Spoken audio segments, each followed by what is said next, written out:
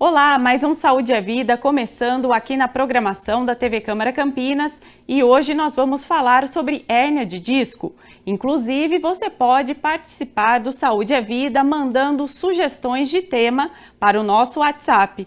O DDD é o 19, o número é o 978293776. Vai aparecer aí na sua tela também junto um QR Code para você acessar pelo celular. Dados do IBGE, o Instituto Brasileiro de Geografia e Estatísticas, revelam que mais de 5,4 milhões de brasileiros convivem diariamente com hérnias de disco. E o que nem todo mundo sabe é que para até 97% dos casos dessa doença, é possível recorrer a um tratamento especializado e não cirúrgico, por meio de fisioterapia e cuidados individualizados.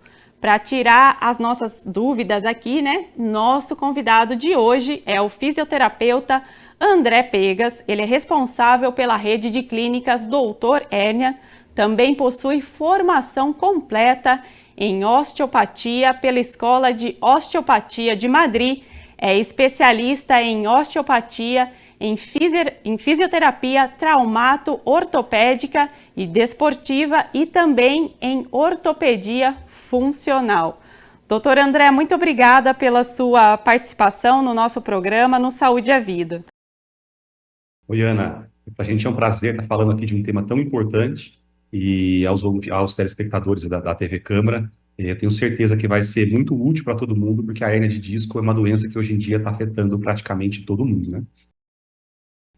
Exatamente, doutor. É um tema, assim, bem recorrente aí, nos consultórios.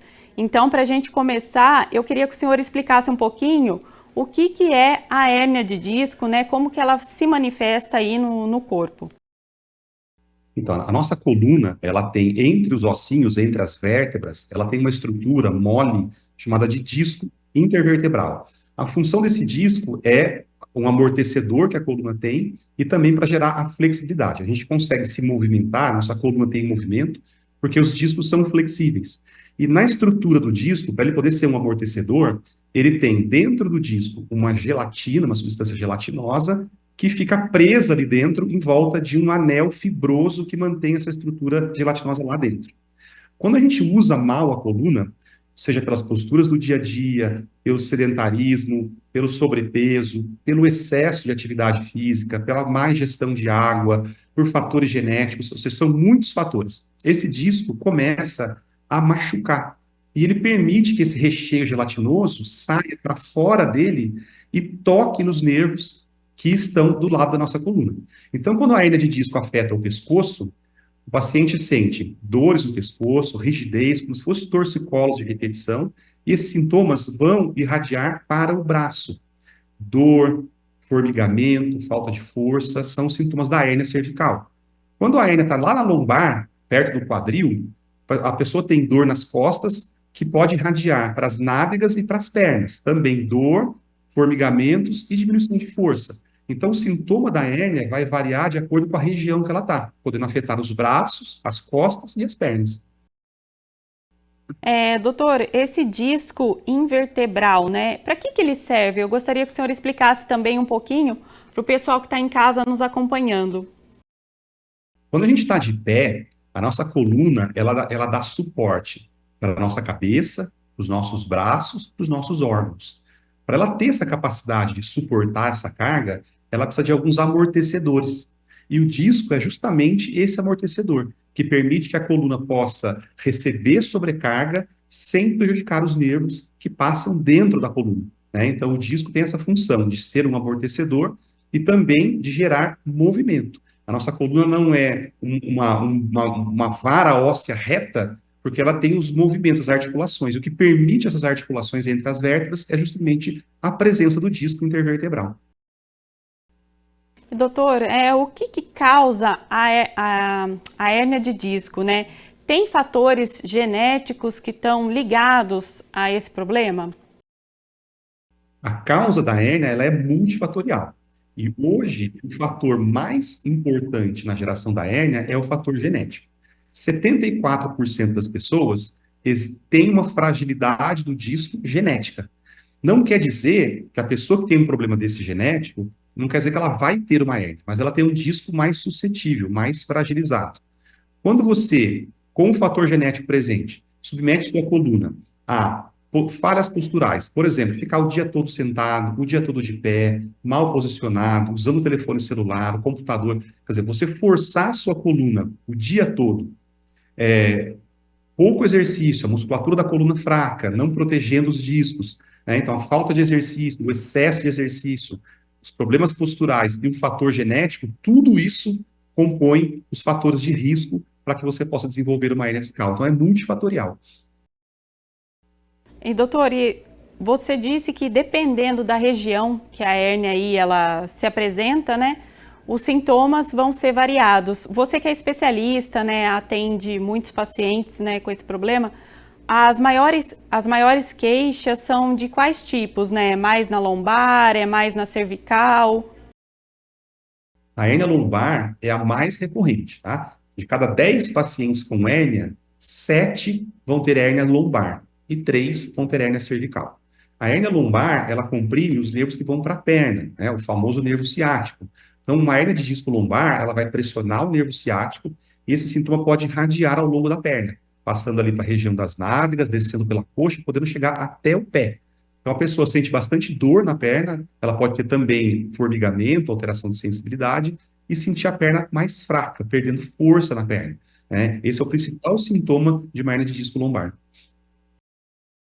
Doutor, tem alguma explicação, alguma razão por que a hérnia lombar ela é a mais recorrente?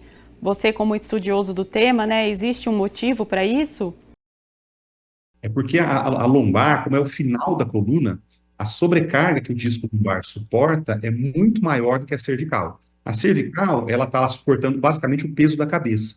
A hérnia lombar, ela suporta o peso da cabeça, o peso de toda a coluna, o peso de todos os órgãos e mais de tudo aquilo que você segura nas mãos. Vai levantar um peso, vai pegar uma sacola, essa carga recai toda sobre a coluna lombar. Então, a sobrecarga mecânica é muito maior na lombar do que na cervical. E na lombar também é onde a gente comete as maiores falhas posturais. Senta torto, escorrega para frente, deita no sofá. Entendeu? Então, além disso, sobrecarrega a lombar também, do ponto de vista postural e ergonômico, muito mais do que a coluna cervical. E até hoje acho que é uma preocupação grande, né, doutor, por conta do celular, né? Muita gente fica com a cabeça muito tempo inclinada, né? Aí começa a sentir aquelas dores na nuca, tensão nos ombros, isso também é bem prejudicial, né? É o primeiro sintoma, né? O primeiro sintoma da hérnia é a dor, o seu corpo vai te avisar. Você está forçando muito o pescoço usando o celular, antes da hérnia, o teu pescoço vai te sinalizar com dor, uma dor muscular, uma dor tensional, para que você faça a correção. Se você continua sobrecarregando, essa sobrecarga pode chegar até o disco, eventualmente machucando esse disco e desenvolvendo gradativamente a hérnia. A hérnia, ela se desenvolve gradativamente, né? Mais ou menos o intervalo entre você sobrecarregar a tua coluna e ter o primeiro sintoma da hérnia, isso pode demorar até 10 anos. Então, a hérnia é uma coisa que ela vem acontecendo gradativamente ao longo da vida. Quando você vai perguntar para um paciente que tem hérnia de disco hoje, há quanto tempo ele sente dor nas costas, ele vai te dizer, há mais de 10 anos, há mais de 5 anos, né? Então, ela vem sinalizando a sobrecarga, como a gente não corrige isso, então, um dia chega até danificar o disco e provocar uma hérnia. Então é um problema que pode até começar na infância e aí vai se agravando aí ao longo dos anos, é isso? O pico das hérnias discais é ao redor dos 40 anos de idade. Então, você pode colocar aí que a partir dos 30 é quando a pessoa está na máxima capacidade produtiva dela, e aí ela trabalhando bastante, correndo, e ela começa a sobrecarregar a sua coluna. E lá com 40 anos é quando normalmente o problema vai acontecer e vai aparecer. Doutor André, eu gostaria que o senhor falasse agora um pouquinho como que é feito o diagnóstico da hérnia de disco. O diagnóstico da hérnia de disco, ele é um diagnóstico clínico. O que quer dizer isso? Eu não preciso de nenhum tipo de exame de imagem para fazer o diagnóstico da hérnia. Examinando o paciente e fazendo uma bateria de testes no próprio consultório, a gente chega ao diagnóstico da hérnia discal. O exame de imagem, ele é importante, mas como um diagnóstico complementar. Eu já sei que o paciente tem uma hérnia através do exame que eu fiz no meu consultório, mas a ressonância magnética vai dizer para mim o tamanho dessa hérnia, se é só um disco que está afetado, se esse paciente, além da hérnia, tem outra doença que afeta a coluna também, então ela deixa mais preciso o meu diagnóstico. Uma vez que o paciente tem o diagnóstico de hérnia discal, o primeiro tratamento que deve ser feito com esse paciente é o tratamento não cirúrgico. Medicação mais fisioterapia. Mas se o paciente apresentar alguns sinais, que são sinais importantes, que a gente vai identificar na própria avaliação do paciente, esta hérnia pode ser uma hérnia de tratamento cirúrgico imediato. Só que somente 3% das hérnias são de tratamento cirúrgico imediato. 97% desses pacientes devem ser submetidos a um tratamento não cirúrgico e a grande maioria deles vai melhorar sem cirurgia. Esse é um dado bastante interessante, né, doutor? Porque, assim, 97% pode ser tratada de uma forma simples, né? Sem cirurgia, sem intervenções, né? Quando que a cirurgia, então, ela é necessária, né? Quando que os médicos recorrem mesmo a um procedimento, né, mais invasivo? Quando o paciente tem uma hérnia discal mais grave, com um volume maior, ele tem, por exemplo, perda de movimento. Ele tem uma hérnia lombar e ele não consegue mais mexer o pé. Isso é um dado de gravidade da hérnia. Ou o paciente tem uma hérnia e está começando a escapar xixi. Ele tem incontinência urinária. Quando ele faz força, escapa xixi. O paciente está sentindo formigar aquela região do períneo, aquela região entre o ânus e a vagina, ou entre o ânus e o testículo, ele sente formigar essa região. Então, quando o paciente tem perda de movimento, formigamento nessa região e escape de urina, esse paciente é um paciente grave. Ele precisa ser operado em até 48 horas para que não fique com esses sintomas definitivos para o resto da vida. Fora isso, esse paciente vai para tratamento não cirúrgico. Porém, Ana, o Brasil é um país da cultura da cirurgia. Então, existe muito no Brasil aquela conversa assim, hérnia de disco só melhora com cirurgia. Isso eu ouvia muito no início da minha carreira nos anos 90. E cada vez menos a gente está escutando isso, porque as terapias não cirúrgicas, hoje, têm se mostrado muito eficientes e reduzindo muito a necessidade da cirurgia. Lembrando que a cirurgia é um procedimento caro e a cirurgia é um procedimento de risco. Quanto mais eu puder evitar a cirurgia, melhor. Alguns casos, nós não podemos evitá-la. O paciente vai ter que ir para a cirurgia mesmo. Mas a grande maioria, a gente consegue resultados muito positivos sem o paciente estar correndo o risco da cirurgia. Doutor, eu gostaria até que o senhor reforçasse, né, sobre essas terapias, como a fisioterapia mesmo, né? Ela pode ajudar a melhorar o quadro e evitar uma cirurgia, né? Quais são essas terapias que vocês têm hoje, né, na medicina?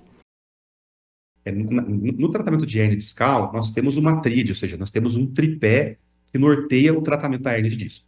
Um é o tratamento cirúrgico, o outro é o medicamento e o terceiro é a fisioterapia. A grande maioria dos pacientes com medicação e fisioterapia vão conseguir voltar à vida normal, vão conseguir ter qualidade de vida e retomar suas atividades. Mas vale lembrar que não é qualquer fisioterapia. Você precisa procurar um fisioterapeuta especializado em coluna. Porque nós temos a fisioterapia geral e nós temos a fisioterapia especializada.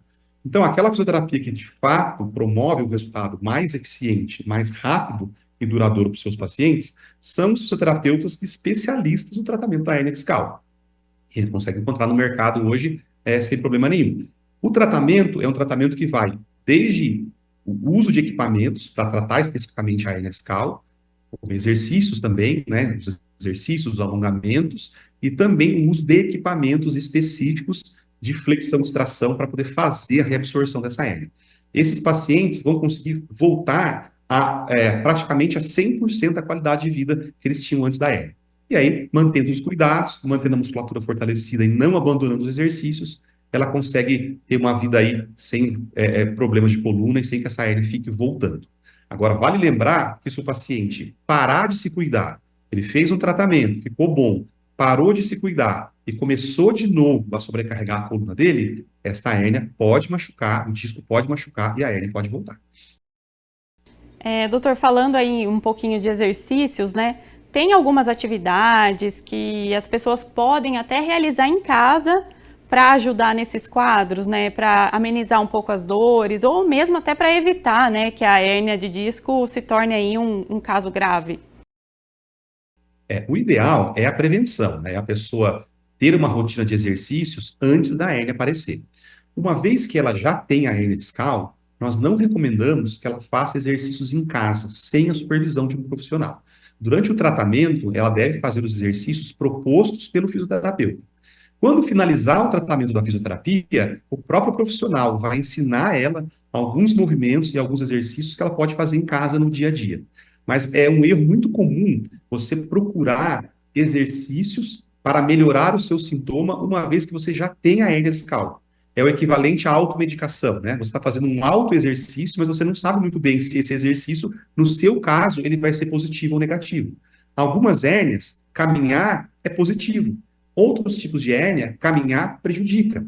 Na maioria das vezes, alongamentos, quem tem hérnia discal, prejudica. Então, não busque o autoexercício, né? Siga a orientação de um profissional, porque ele vai saber dizer para você que tipo de exercício você pode e qual exercício você não pode fazer. Falando um pouquinho de exercício, doutor, o RPG, ele é indicado nesses casos ou não? A reeducação postural ela é extremamente bem-vinda no paciente com hérnia discal. A gente precisa só analisar alguns dados. Se o paciente se encontra num quadro muito agudo, com uma dor muito intensa, o alongamento neste momento é prejudicial. Então, o RPG ele entra numa segunda etapa de tratamento. Depois que eu conseguir controlar a inflamação, fazer alguns ajustes, esse paciente pode ir para o RPG e para o alongamento. E o RPG é uma boa maneira tanto de prevenir a hérnia discal, quanto de manter um paciente que já se tratou de hérnia e quer se manter bem. O RPG é uma boa estratégia. O paciente que está com hérnia, a gente só precisa analisar se o momento que ele está com a hérnia, naquele momento o RPG é bem-vindo ou se ele precisa esperar um pouquinho o controle inflamatório para seguir um pouquinho mais para frente.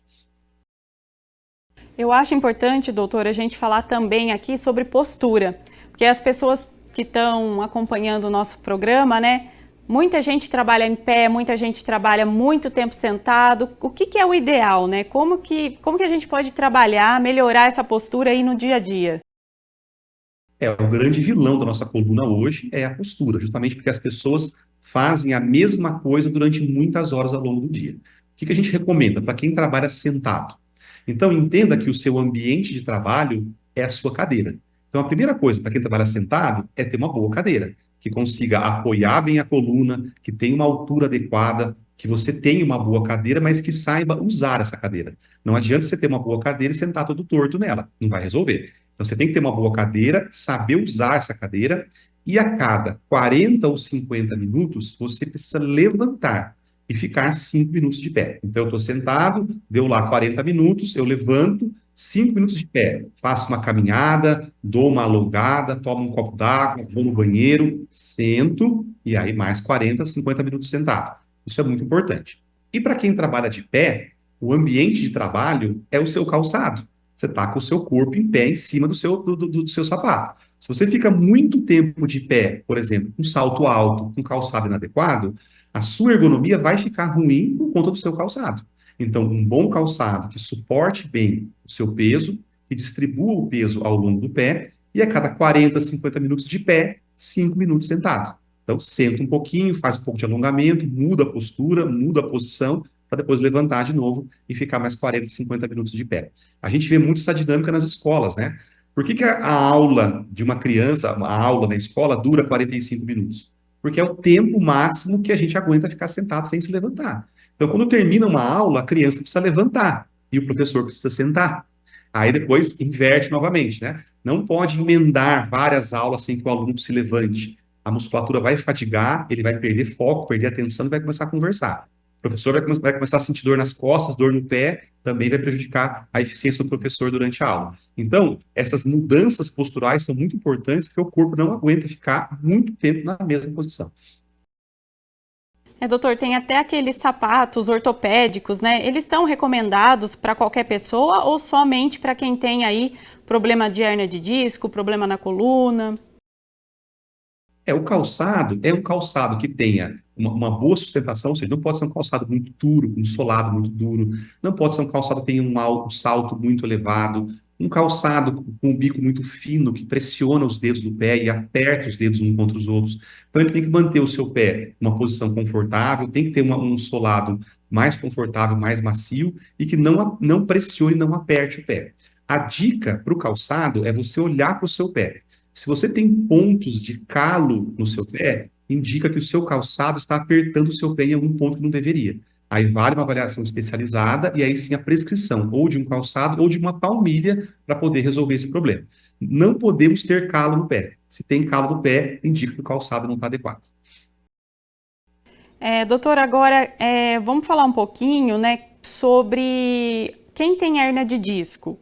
A pessoa pode trabalhar normalmente ou algumas atividades já ficariam aí mais complicadas?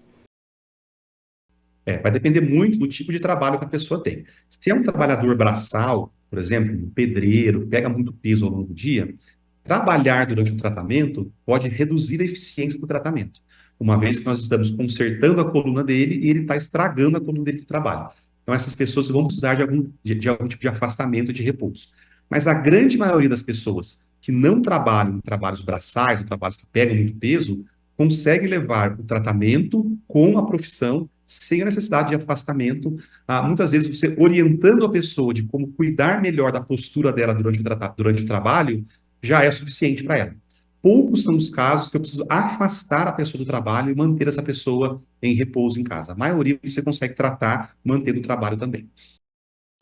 Doutor, nesses casos mais graves, né, de hérnia de disco, depois da cirurgia, a pessoa consegue ter uma qualidade de vida aí boa, consegue trabalhar, ter uma vida normal? Quanto tempo ela leva aí para se recuperar? Após a cirurgia, a pessoa precisa entender que a coluna dela não é igual mais à coluna antes da cirurgia. A coluna sofreu uma manipulação cirúrgica, muitas vezes foram colocados parafusos, foram colocados próteses na coluna do paciente, então depende do tipo de cirurgia. Mas é um paciente que vai ter que cuidar da coluna dele para o resto da vida. E a cirurgia não é uma coisa assim que você faz, resolve o problema e aquilo nunca mais vai voltar. Não. A cirurgia, ela basicamente, para as pessoas poderem entender, eu tenho uma sujeira no chão de casa e eu não posso pôr a sujeira para fora. Então eu vou varrer a sujeira para baixo do tapete.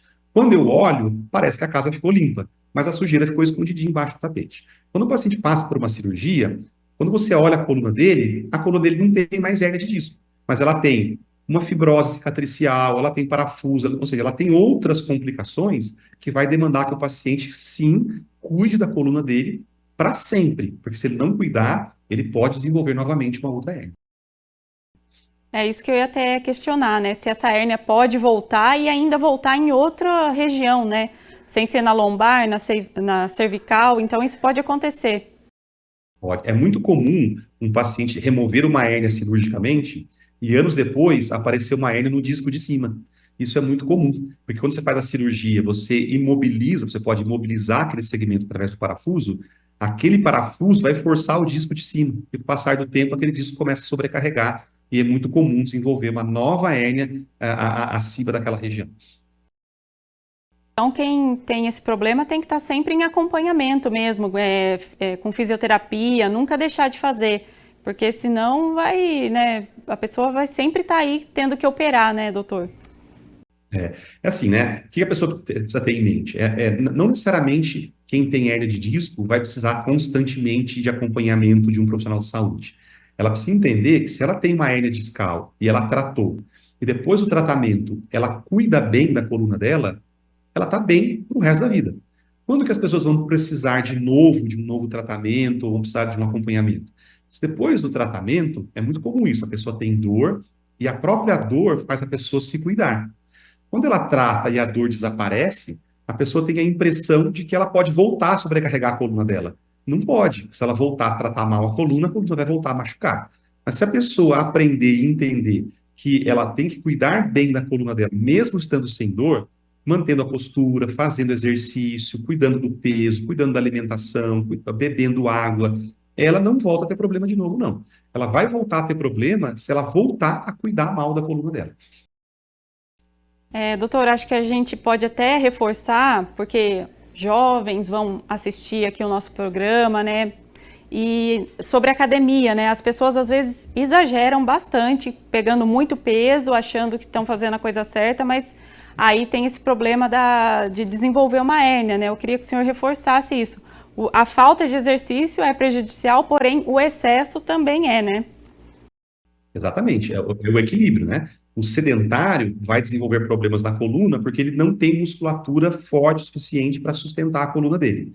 A pessoa que faz muita força, seja na academia ou na profissão, ela é o excesso, né? Ela sobrecarrega a coluna dela com um excesso de carga. Só para você ter uma ideia, se você se abaixar e pegar 10 quilos no chão, curvando a coluna para frente, e levantar 10 quilos, lá no seu disco lombar, chega uma força de 400 quilos.